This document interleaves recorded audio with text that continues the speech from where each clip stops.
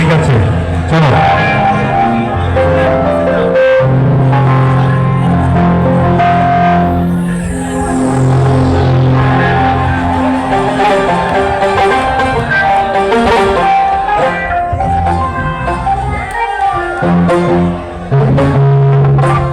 ঠিক আছে তো